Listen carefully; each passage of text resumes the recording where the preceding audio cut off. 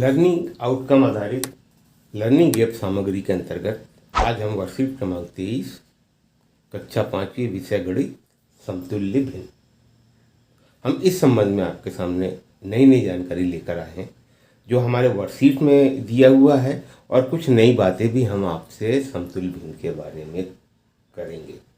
तो साथियों, आप इस वीडियो को पूरा देखें क्योंकि इसमें हम बीच बीच में कुछ नई जानकारियाँ भी देते हैं जो आपके लिए और शाला के बच्चों के लिए बहुत ही उपयोगी है। तो आज ब्रिज कोर्स के अंतर्गत समतुल्य भिन्न, तो हम आपके सामने समतुल्य भिन्न की जानकारी के बारे में हम बात कर रहे हैं। जैसे कि हमारे लर्निंग आउटकम की जो बुक में दिया हुआ उसमें 2 चित्र बने हुए हैं।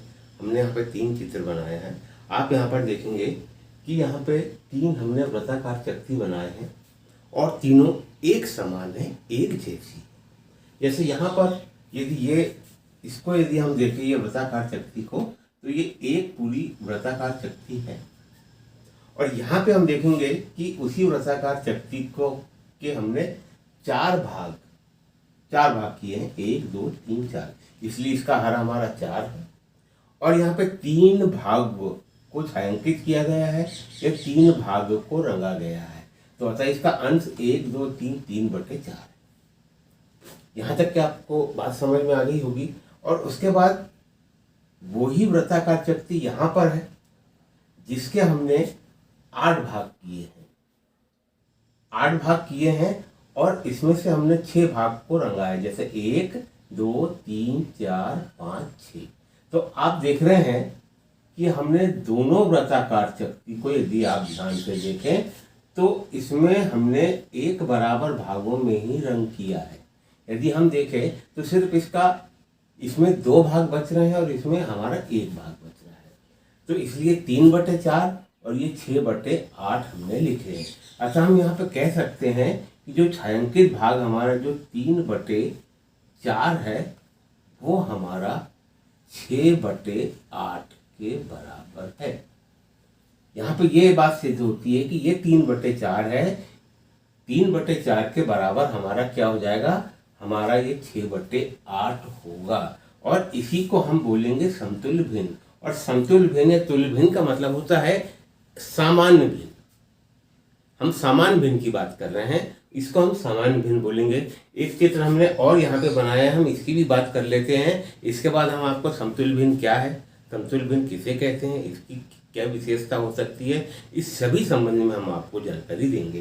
तो यहाँ पर हम देखेंगे कि हमने एक आयताकार पट्टी बनाई है या 3 पट्टी बनी है, 1 2 3 और 1 2 3 4 5 6 7 8 और सभी के हर है 8। इसका भी हर 8 है, इसका भी हर 8 है और इसका भी हर 8 है। यदि हम छायांकित भाग या हमने इसमें जो रंगे वाले भाग को यदि हम देख लें कि कितने में रंग किया गया है, तो 1 2 3 4 5, यहाँ पे ये हो गया ये 5 और यहाँ पे 1 2 3 और यहाँ पे 1 2 3 4 5 6 7 या 7 भाग को रंगा गया। ठीक है, तो ये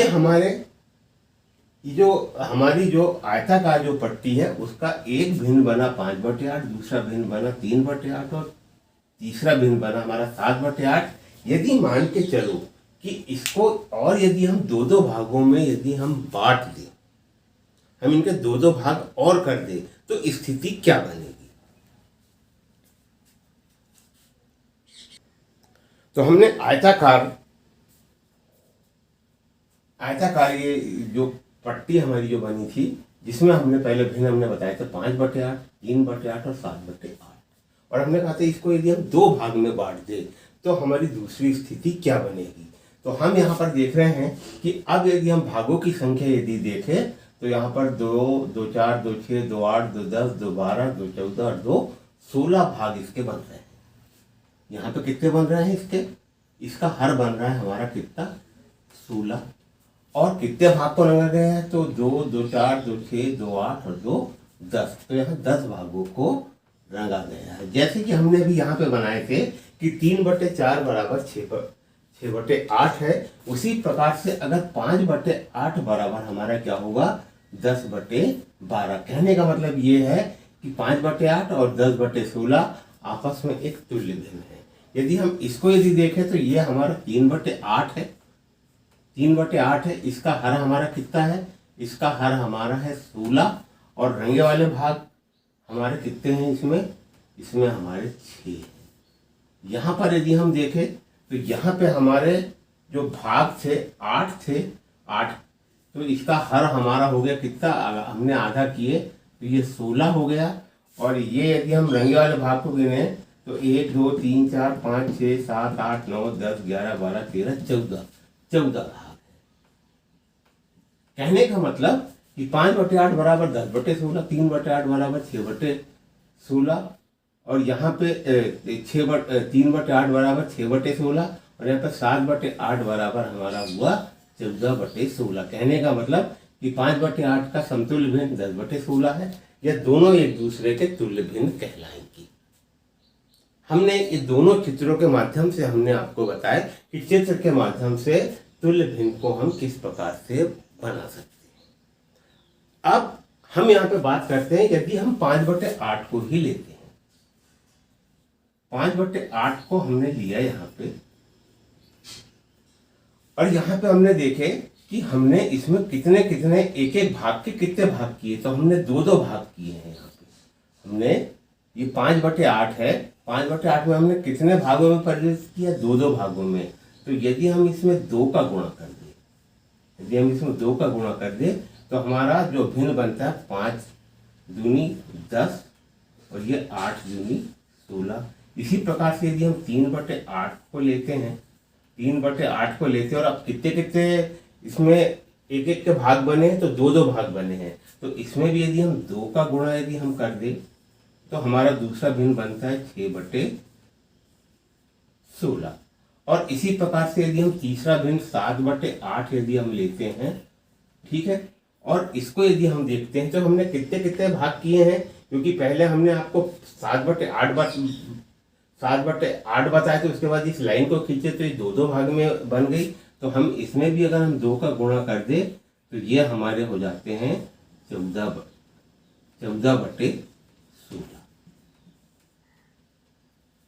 तो यहाँ पे 5/8 का समतुल्य भिन्न बनाने के लिए हमने 2 का गुणा किए तो ये हमारा 10/16 बना। या 3/8 है तो यहाँ हमने 2 अंश और हर में 2 का गुणा किए तो ये बना हमारा 6/16 और 7/8 में हमने 2/2 का गुणा किए तो ये हो गया 14/16।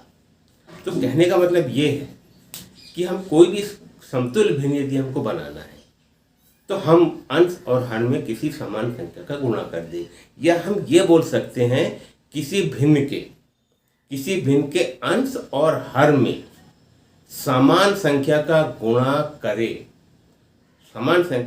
करे तो उससे जो हमको नया भिन्न प्राप्त होगा वो हमारा समतुल्य भिन्न होगा।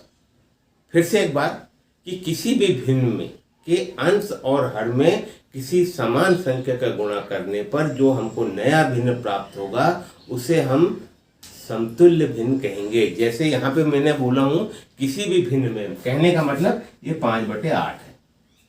किसी भी भिन्न के अंश और हर में, ये अंश हो गया, ये हमारा क्या हो गया? ये अंश हो गया और ये हमारा हर हो गया। किसी भी भिन्न के अंश और हर में किसी समान संख्या का, तो हमने एक समान संख्या यहाँ 2 लिए तो 2 का गुणा यदि हम अंश में कर रहे हैं तो 2 का गुणा हम हर में भी कर रहे हैं। तो अंश और हर में यदि हम गुणा करेंगे और जो हमको नया भिन्न प्राप्त होगा वो इस भिन्न का समतुल्य भिन्न कहलाएगा। 5/8 का समतुल्य भिन्न हमारा 10/16 होगा।